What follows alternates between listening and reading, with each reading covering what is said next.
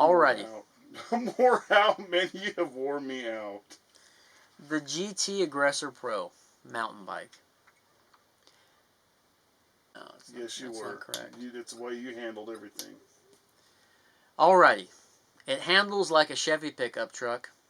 It feels... It's a bicycle. You lean to turn. It's not true. When it's on mountains and stuff like that. It's not true. Mountains. It is my GT Aggressor Pro.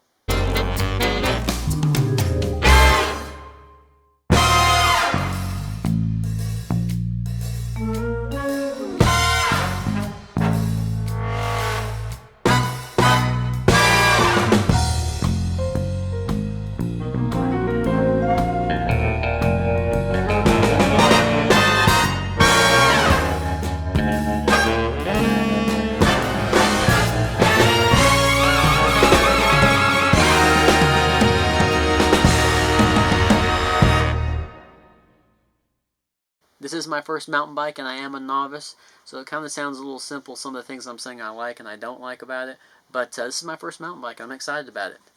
The handlebars are a little wide for my taste. In Arkansas, a lot of the trails seem to be very narrow, so maybe an inch or so on each side to kind of size them down a little bit would probably help me a lot. The shocks, I really like the Suntour shocks. They are coil shocks, and figuring out where to actually set my preload, that little preload knob on each side, is quite useful.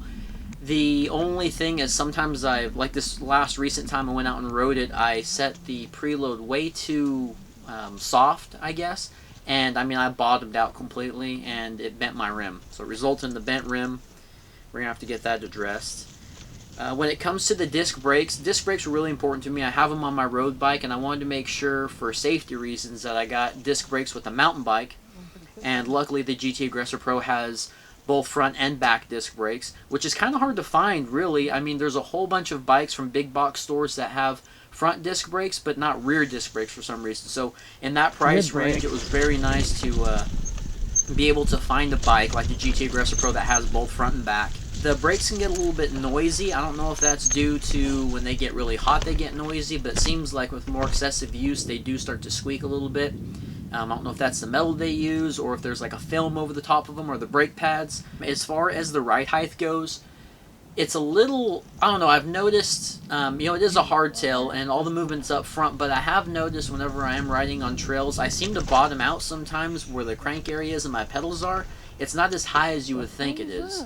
I don't know if that's kind of a regular thing with mountain bikes or maybe like the 29ers or bigger rim size, but with this one it's got the 27.5 inch tires, and it bottoms out. I don't know if that's so much the frame or the tire size. I don't know. I have to do a little bit more research on that. The seat's pretty uncomfortable. I mean, my butt goes numb about 10 minutes into a ride, it seems like, when I am sitting down on it.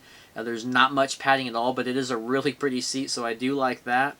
The pedals leave a lot to be desired. Even before the knobs were knocked off my pedals somehow, my feet still slip all over the place. Alright, so there you have it. That's my initial review of the GT Aggressor Pro men's mountain bike. Now there's going to be some more videos to come, I'm sure, on not only trails, but on my mountain bike as I kind of get some more seat time and get a feel for it.